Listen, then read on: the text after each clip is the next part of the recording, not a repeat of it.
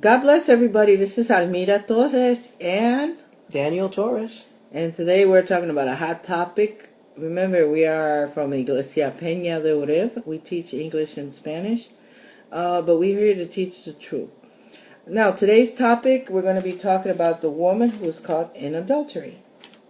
Now, but as we continue to talk about it, this is a very hot topic nowadays in the churches. Today, people don't believe anymore in marriage. And it's very sad because it's causing a lot of conflicts and a lot of problems. We have children who are born into this world with not a stable family or environment.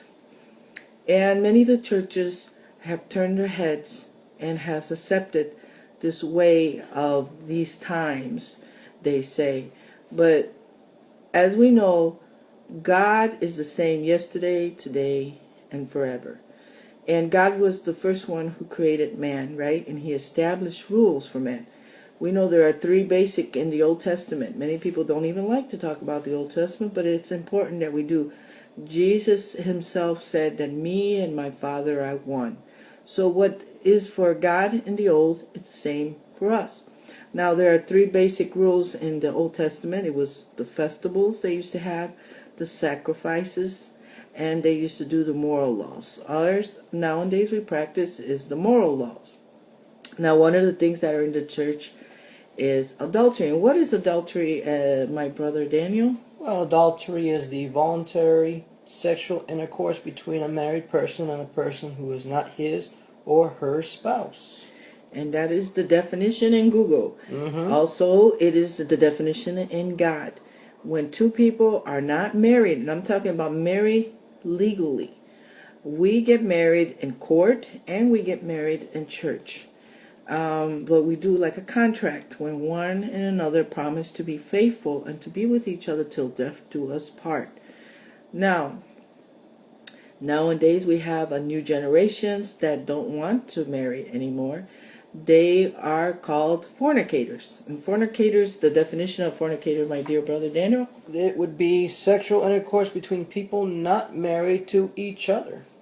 So these are people that are not married to each other, who have not made a pact with each other, a promise. The first one who invented marriage was who? God himself, when he brought Adam and Eve. He didn't brought Adam and Steve or Lisa and Marie. He brought Adam and Eve, male and female. When God created Adam, he created him from the dirt, formed the man, and blew in his nostril, the breath of life, and he became a living soul. And then he took out a bone from his side of his rib, and he formed it into woman. That's why she's called woman, because he opened up a wound, and he took out the wound. Means he opened up the side of his wound.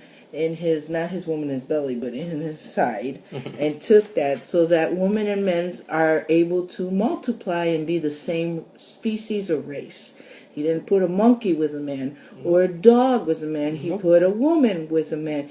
And when Adam went to her, he put his hands on her, and he was very joyful to see her. And he said, "You are flesh of my flesh, and bone to my bone." That means we're going to be one. I'm going to treat you like I would want to be treated. Now, today's days, it's sadly that the church don't teach that anymore. And many churches, though,